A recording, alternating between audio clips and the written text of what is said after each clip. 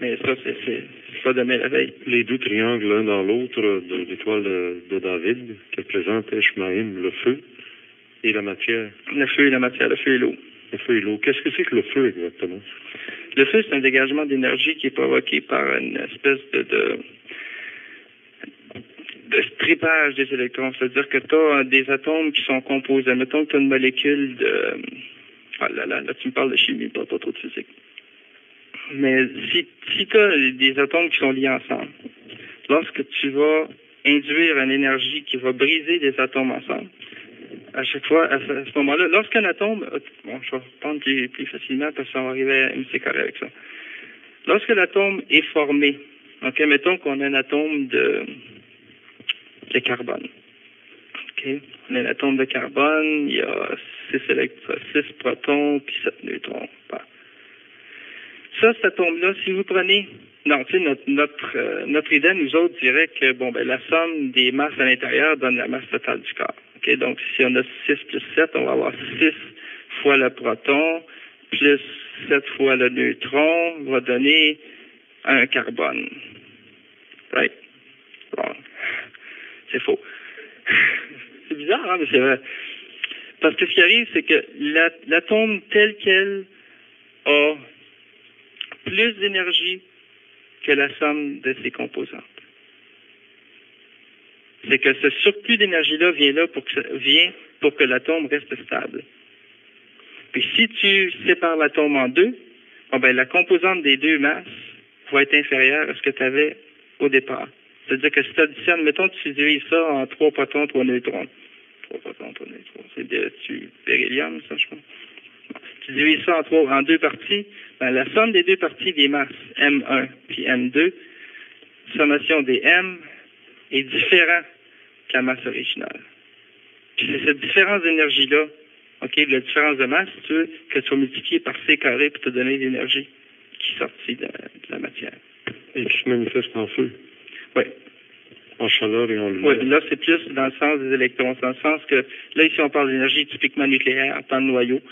Le feu, lui, c'est plus des liaisons qui sont faites avec les électrons, avec les autres atomes. Par exemple, la liaison covalente qui dit que tu as un électron ici qui va servir à la fois celui-là puis à la fois cet autre atome ici. Tu as un champ de force tout autour là, qui réunit tout ça. Lorsque tu sépares les deux atomes, le champ de force, il n'y a plus de place, qui est libéré sous forme d'onde puis sous forme de chaleur. Oui. Alors, on dit souvent que dans le feu, on retrouve la lumière et la chaleur. Oui. Pouvez-vous nous expliquer la relation des deux qui est différente quand même? La lumière, c'est pas de la chaleur c'est pas de la lumière? Oui, la chaleur, c'est de la lumière, la lumière, c'est de la chaleur. Oui, si tout est des photons, finalement, tout revient toujours à... C'est simplement la fréquence. Tout est un. Oui. Oui. Vois-tu, la chaleur, c'est lorsque tu es dans l'infrarouge. OK? Puis le visible, ce qu'on appelle la lumière, ce qu'on appelle normalement la lumière, c'est le petit spectre électromagnétique qui est visible. Mais la lumière, la chaleur, c'est la même chose. Le visible est ici, puis l'infrarouge est là. Ça va dépendre de la quantité de lumière et la quantité de chaleur qui va être dégagée par un feu va dépendre justement de ce champ de force-là qu'on a brisé. Tout est question de vibration. Oui. Dans le spectre, oui. C'est le taux vibratoire qui change. Exactement. Qu'est-ce que c'est que des vibrations? Les vibrations, c'est compression-extension. Par exemple, on sait que la base de la vie est sur ce principe à 4 temps-là. Compression, accumulation de charge, décharge, décompression. Tu peux voir ça dans la cellule. Quand elle se multiplie, elle va se comprimer. Elle va accumuler des charges. Elle va aller chercher ses charges, puis elle va se décomprimer. On peut voir ça dans l'orgasme aussi. Excuse de parler de ça, mais c'est toute la même chose. C'est le principe de base de la vie, ça. L'onde, c'est-à-dire la compression de la matière. Tu peux voir le son, c'est pareil. Le son, c'est que lorsqu'un son se propage dans l'air, parce qu'à un moment donné, l'air se comprime. En se comprimant, accumule des charges. Ces charges-là, parce qu'ils sont tous de même polarité, se repoussent. Donc, il y a libération des charges et par la suite, justement, expansion encore une fois. Compression, expansion, expansion. C'est le principe de base. C'est le même principe dans l'espace. C'est avec la lumière, c'est l'espace qui se contracte, l'espace qui se dilate, le temps qui se contracte, le temps qui se dilate. Lorsque l'espace se contracte, le temps se dilate. Le yin et le yang. Oui. Ça va loin, hein? C'est quoi le positif et le négatif quand on dit toujours c'est positif ou c'est négatif? C'est ce qui va dans un sens puis c'est ce qui va dans l'autre sens? C'est qu'il y a le biocentrique et l'égocentrique. Le positif, émet à partir d'une source. OK? Puis le négatif, lui, absorbe. Ça, c'est tous des vecteurs. Si on ne parle pas en termes de vecteurs, on ne se comprendra pas. Il y en a un qui émet, l'autre qui reçoit. La matière est négative par rapport à l'esprit positif. Parce que l'esprit donne la vie, la matière la reçoit. La matière la catalyse ensuite. Il n'y a pas de bien et il n'y a pas de mal dans tout ça. Tout doit être... C'est une question d'époque, ça, le bien et le mal. C'est une question d'époque. Ça existe, le bien et le mal. Je veux dire, ce qui aide les autres est bien, ce qui les nuit est mal. Mais le bien et le mal n'est là que pour l'homme. C'est là pour que l'homme puisse justement se démerder avec ça. Et lorsqu'il aurait réussi intellectuellement à se démerder avec le bien et le mal, il sera prêt à prendre ce qu'il y a après. C'est des étapes comme, comment je dirais bien, quand ton enfant est tout jeune, tu lui dis, bon, ben, c'est la cigogne qui t'a amené au monde. Quand il arrive à 7 ans, il se demande, ta cigogne existe pour le vrai, tu sais.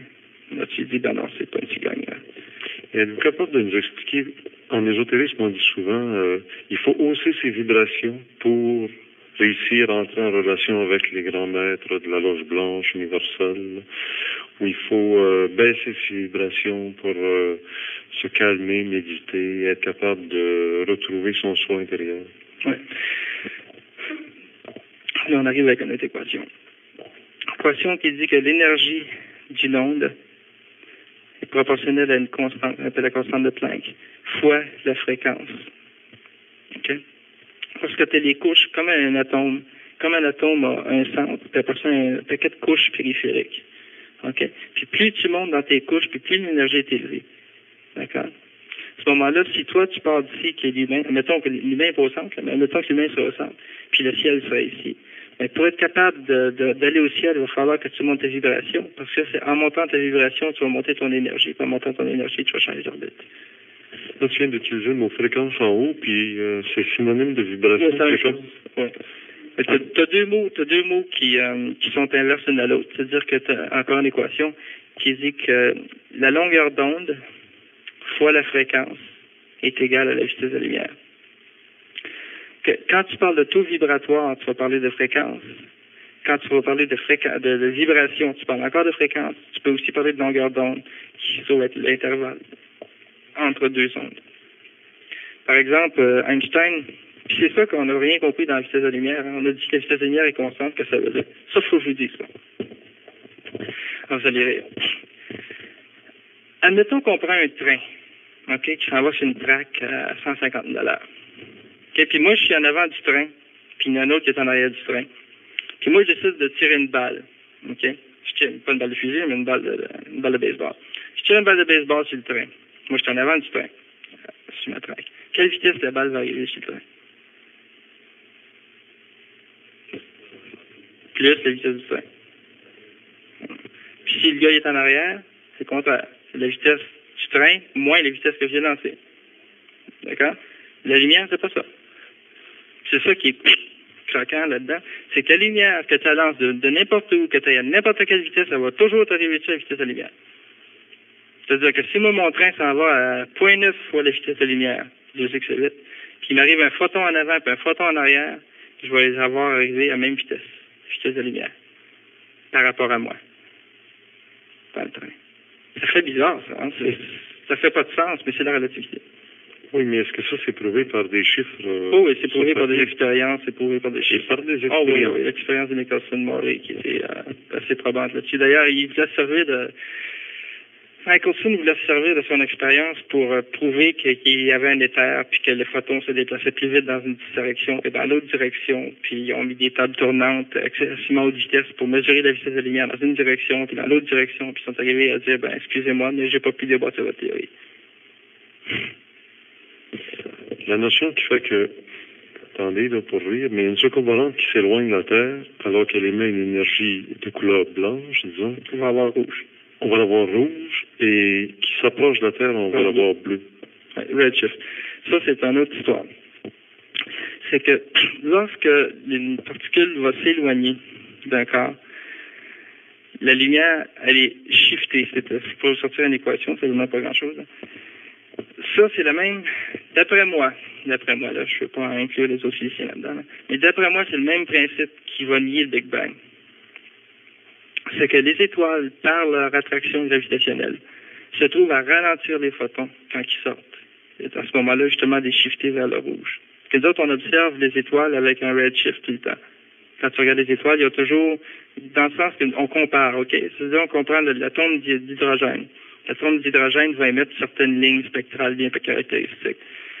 Si on compare ce qu'on reçoit d'une étoile avec nos atomes d'hydrogène qu'on reçoit du Soleil, on s'aperçoit que le spectre a tout été shifté vers le rouge. C'est-à-dire que normalement, la ligne d'hydrogène qui sort à 2400 angstroms, bon ben là, cette fois-ci, elle va sortir à 2000 angstroms, 2400. Pourquoi? Bon, on dit c'est parce que l'étoile s'éloigne, puis on utilise justement l'effet Doppler pour dire que c'est l'effet Doppler, pour dire que la fréquence a été ralentie. D'après moi, ça n'a pas de sens. D'après moi, c'est que justement, c'est le champ gravitationnel de l'étoile qui fait que la chose ralentit. Et puis lorsqu'il passe à travers plusieurs champs de force, il ralentit de plus en plus, de plus en plus. C'est ce qui fait aussi qu'une étoile, la lumière ne peut pas sortir d'un trou noir. Mais ça, ils ne l'ont pas encore compris. Pourquoi la lumière ne sort pas d'un trou noir? Pourtant, ils sont censés aller tout le temps à vitesse de lumière. Elle devrait sortir. Ils disent, non, le champ gravitationnel, il est trop fort. Ah, et voilà. Justement, vous avez l'indication du redshift. C'est parce que le champ gravitationnel qui ralentit le photon, puis finalement, il retombe dans le trou. Ah oui, mais vous êtes d'accord avec la théorie officielle? Non. Je suis d'accord, la théorie officielle du photon qui retombe dans le trou du trou noir, oui. Mais je suis pas d'accord avec la théorie officielle du redshift. Comme je dis, le redshift, les autres disent que c'est parce que c'est l'étoile qui se propage, qui s'éloigne de nous autres à une vitesse de fou, ce qui fait qu'on a un effet Doppler qui nous arrive sur nous autres. Moi, je dis que c'est non, c'est en sortant du champ de gravitation que le photon perd de vitesse et donc ralentit sa fréquence, descend sa fréquence. J'aimerais que vous me répétiez très clairement qu'il y a plus d'énergie, plus on s'éloigne du cœur de l'atome. Oui. Si tu veux que je le dise. Ah, oui, c'est ça, je voulais. Oui, c'est ça. Oui, c'est en fait ça. Plus tu t'éloignes du centre, plus tu as de l'énergie. Parce que plus on s'éloigne du centre de la galaxie, dans le monde physique, matériel, là, plus on se retrouve sur les périphéries de la galaxie, ce qu'on est, nous, sur la planète Terre, on a donc plus d'énergie ici qu'il y en a, dans le fond, dans le centre de la galaxie. Oui. Tu vas comprendre dans le sens que si tu prends une corde, tu mets un pot au bout, comme en fait, là, Jacques, puis tu as fait tourner. OK? Si tu as une corde qui a 1 pouce de long, la vitesse va être telle. Mais si tu as une corde qui a 100 pieds de long, puis tu as fait tourner à la même vitesse, il y a des expériences qui ont été faites pour essayer de faire tourner des objets à vitesse de lumière, en les mettant justement au bout d'une corde comme ça, puis en faisant tourner la corde. Avec une vitesse bien ordinaire ici, tu vas arriver à une vitesse excessivement grande là-bas. Tu vois la différence d'énergie entre la périphérie et le centre. Autrement dit, si tu ne fournissais pas l'énergie à la périphérie pour qu'elle reste périphérique, tu vas dans le centre. Oui, alors là, on a une conception cosmique, si on veut, du macrocosme et du microcosme à la fois, là, parce que tout est semblable, l'infiniment grand, l'infiniment petit, vous êtes d'accord avec ça? Oui, c'est le même modèle qui se répète. D'ailleurs, la nature, ça ne complique jamais la vie. Tu peux le voir dans un cristal. Le cristal au complet, lorsqu'il est rendu macroscopique, c'est l'image exacte du petit microcristal au début. La nature fait la même chose avec l'univers. Elle commence par faire un modèle au départ. Elle l'expérimente. Elle regarde s'il y en a un plus simple. S'il y en a un plus simple, elle le change, elle en prend un autre plus simple. Jusqu'à ce qu'elle arrive à quelque chose qui est fonctionnel et le plus simple possible. À ce moment-là, quand ça marche, on multiplie. Alors, ce qui est vrai pour l'infiniment petit est aussi vrai pour l'infiniment grand. À condition qu'on fasse ses projections pour, oui. C'est ça. Mais entre l'infiniment grand et l'infiniment petit, il y a l'être humain qui se prend pour le nombril du monde. Il est peut-être le nombril parce qu'il est en plein. Il est le nombril de son monde de lui. Oui, de son monde. Alors, quand on parle en ésotérisme des corps subtils, des mondes parallèles, du monde visible et du monde invisible, des mondes dans lesquels on peut passer la main à travers de la visibilité et de l'invisibilité, où on pourrait sortir de l'appartement ici à travers le mur. On a dit que le Christ était revenu avec un corps glorieux, etc. Alors, comment expliquer tout ça scientifiquement? Il y a bien des questions à une. Bon, oui, c'est ça, c'est tout le vocabulaire ésotérique. Alors, les mondes parallèles, ce serait quoi? Bon, les mondes parallèles, disons que nous autres, on fonctionne dans un univers dont le taux temporel est fixé. Okay? On va revenir, justement, pour répondre à la question, je vais revenir à la vitesse de la lumière. Quand Einstein a dit que la vitesse de la lumière était constante, okay? Ce que ça veut dire, la vitesse, c'est quoi? Okay? On dit, c'est une vitesse, c'est quoi? C'est quoi? Moi, je me promène dans l'espace, ça me prend tant de temps pour faire telle distance, donc c'est une vitesse. C'est pas ça, tant de vitesse. C'est ça la vitesse, mais pas la vitesse de la lumière. C'est pas dans ce sens-là qu'il faut voir la vitesse de la lumière. La vitesse de la lumière, la vitesse, premièrement, V, c'est delta X sur delta T. C'est-à-dire,